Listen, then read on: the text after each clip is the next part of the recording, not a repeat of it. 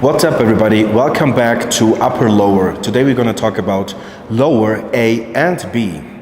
But first, don't forget to check out the Bulk Like Hulk 8-week protocol.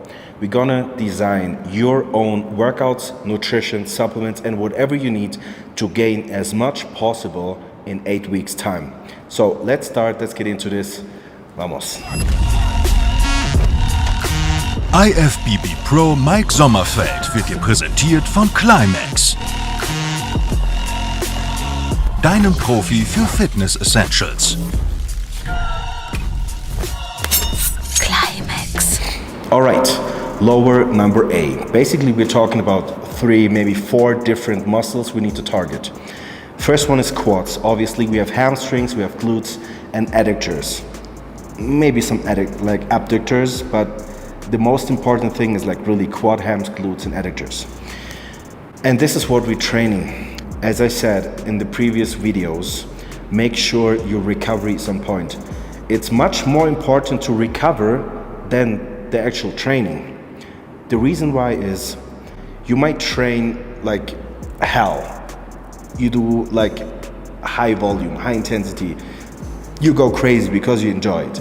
But you recognize that after 2, maybe 3 weeks, you feel very bad, you get weaker, you don't gain any muscle, you feel almost a little sick. And this is because your body's not able to recover properly. So I'm telling you, I've been through this already. Make sure your recovery is on point. Sleep, food, supplements, stress levels, digestion, food sources, allergies, so many things we need to take care of. But as I said, we're going to take care of that in our 8-week protocol. Now we're going to talk about the workouts. So I always start doing hamstrings. Why? As you work your hamstrings, you might get a little bit blood in there, but as well in your knee. So your knee joint is very vulnerable when it comes to heavy weights, especially squats, leg press, things like that. Or even leg extension. Leg extension create a big force on your patella, on your knee joint. So I'm making sure I'm warming up my knee properly by doing hamstring first. I'm talking just about leg curls. And for lower number A, it's gonna be seated leg curls because I get the best stretch by doing seated leg curls. Lower number B is lying leg curls because I can add more weight, more load to my hamstrings. So I always do like 2, maybe 3 warm-up sets, 15, 20, 25 reps. I'm stretching in between, do a little bit of mobility here and there, make sure everything is on point, my muscle connection is on point, I'm warmed up, I feel ready. And then it's time to do 2 all-out failure working sets. When I say all-out set, it means all out. You're not able to perform 1 single rep. You're done. You're absolutely smoked after doing your reps. Most often, I'm between 10 and 14 reps. This is my preferred, absolutely favorite rep range. It's not too heavy that you injure yourself or you feel uncomfortable, but it's not too light to do like 20, 25, whatever reps. I don't like to say it, but the most important driver is load. As long as you keep your form perfectly. It makes no sense to add a lot of weight, and if your form is shitty, you might gain some muscle wherever, but not the targeting muscle. So, seated curls, 2, maybe 3 working sets. Sometimes, of course, you write down your weights, but sometimes you have a really good day and you feel like, oh, that was quite easy. Like, I could do like 4 or 5 reps more and you end up doing 19 reps.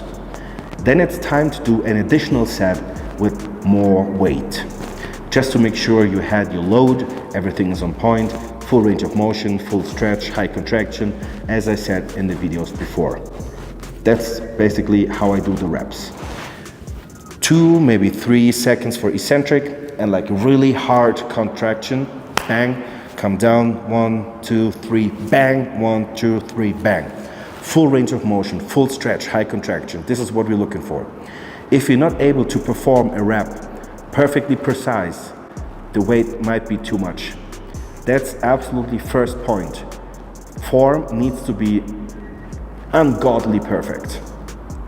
If we're able to perform perfect reps, we're able to increase the weight week by week by week. And I want to repeat that again. We are no strongmen or powerlifters. So we're not looking for getting as strong as possible. We're looking for getting as muscular as possible. So there's no reason to get stronger and stronger and stronger. This is just a little indicator of, okay, my recovery is on point. That's the first thing you notice. If you're getting weaker week by week, your recovery might not be on point. On top of that, you will feel a little bit sick. You're losing the desire to go to the gym. Your body is telling you, hey, bro, not today. Don't do it today. I want to stay at home. I want to sleep. I want to rest. I don't want to do shit today. And this is the perfect sign to stay at home and do like 2 or 3 hours of sleep instead of going to the gym. That will help you so much more instead of killing yourself again at the gym. All right, next exercise is the first one for quads, and this is leg extension. So as I said, leg extension also creates a lot of torque, a lot of pressure to your patella and to your knee joint. So start slowly. I do 1 or maybe 2 warm-up sets just to get into it, to get the muscle-mind connection ready, and just to get the tissue, the soft tissue in my knee ready. So warm up, 2 sets, maybe 20 reps, 25 reps, lighter weight. And then it's time for 2, maybe 3 all-out sets for leg extension to pre-smoke, to pre-exhaust your quads. As you pre-exhaust your quads, you don't need as much weight for leg press or squats or whatever to get the stimulus we're looking for. We could also change it and we could use high loads for leg press. This will kill your hips, this will kill your knee joint, your feet angle, everything. And I try to avoid that. I try to train as light as possible. I'm sorry to tell you, but that's the truth. If you train heavy all the time, guess what? Your joints, they really don't like that, and they won't like you one day. And they will make you feel really bad. So pre-exhaustion, 2-3 working sets, 10 to 14 reps, really simple.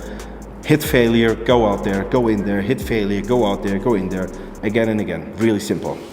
Also here, I try to go back as far as possible. As we go far, we open up the hips right here, and we're targeting a little bit more the mid part of the quads. But we don't have less tension in lateral and medialis. So we just get some more stimulus by laying back. Same here, full stretch, down, all the way up, contraction, all the way down, full stretch. And as you lean back, you might feel the difference. The stretch is incredible. As you come up, not only try to lift your leg, try to press your knee down to the pad and your feet up. This will increase the tension so much more. And as you get a crampy feeling in your quad, that's what you're looking for.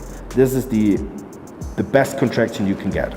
This is basically for lower A and lower B, because there are no many different exercises for leg extension.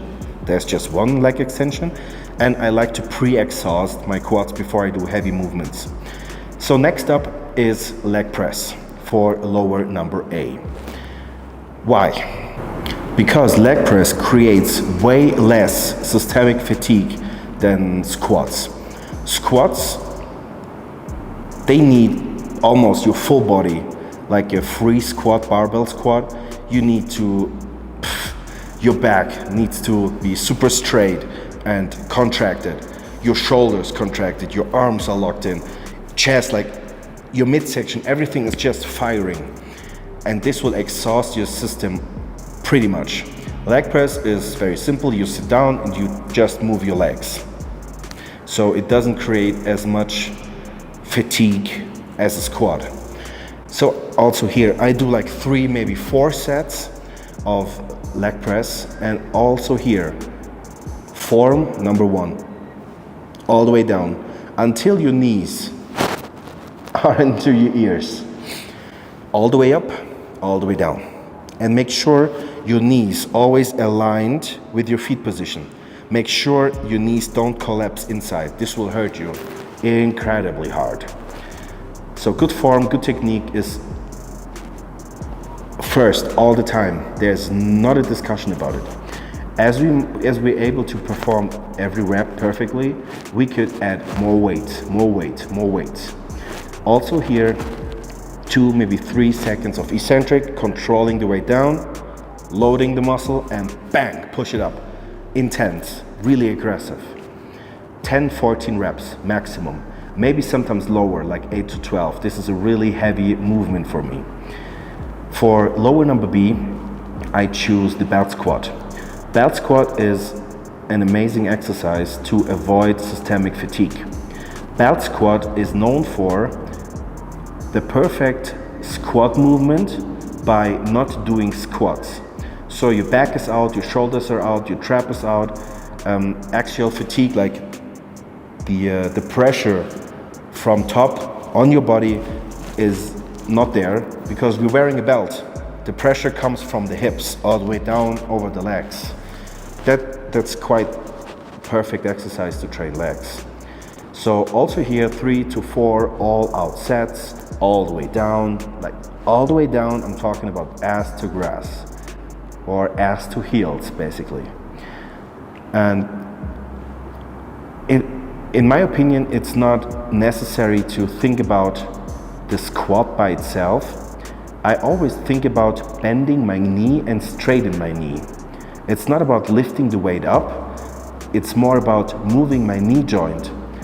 It's a little bit weird to explain it that way, but you could also explain it like you try to push the platform you're staying on down instead of lifting the weight up. It makes it so much easier to lift heavy weights in a good form. I don't know why, it's just a mental change, but it helped me a lot. You can try it, just think about bending and straight your knee joint or pressing down the platform you're staying on. Last but not least, I have hip thrusts for lower number A, and I have stiff leg deadlifts for lower number B. Also here 3 to 4 working sets, deep stretch, high contraction. That's basically the same for every exercise. Rep range also 10 to 14. For hip thrust especially, I try to hold the weight on top for like 1 or 2 seconds. For stiff leg deadlifts, I try to hold the weight 1 or 2 seconds in a deep stretch position. Stiff leg deadlifts are known for intense stimulus coming from stretch position, and hip thrusts are known for getting a lot of stimulus from the contracted position. So that's why I'm choosing, or better said, I'm changing these two against each other from A to B. All right, guys, that's for lower A and B. I did these two together because we're talking about maybe 4 exercises. On top of that, that's always the same. I do 3 sets of adductors. That's it, very simple, 10 to 14 reps, heavy weights. I mean, the adductor machine is quite simple to use. You sit straight in, you stretch your legs out as far as possible, and then you push them together as often as possible. But adductors are known for tearing really fast.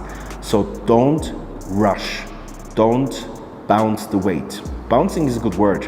You know what I'm talking about. Unfortunately, we create so much force by lowering the weight, stopping the weight, and move the weight back up in just 1 second. That will hurt you, hopefully not that soon, but it can hurt you a lot. So make sure every rep is perfectly precise. As I said a million times already, I can tell you that's the most important part, right next to recovery. The funny thing is that we're talking about the workouts, but the workout by itself is not the most important thing. All the things around the workout are more important than the workout by itself. If you don't believe me, try it out. I have the upper-lower split already uploaded.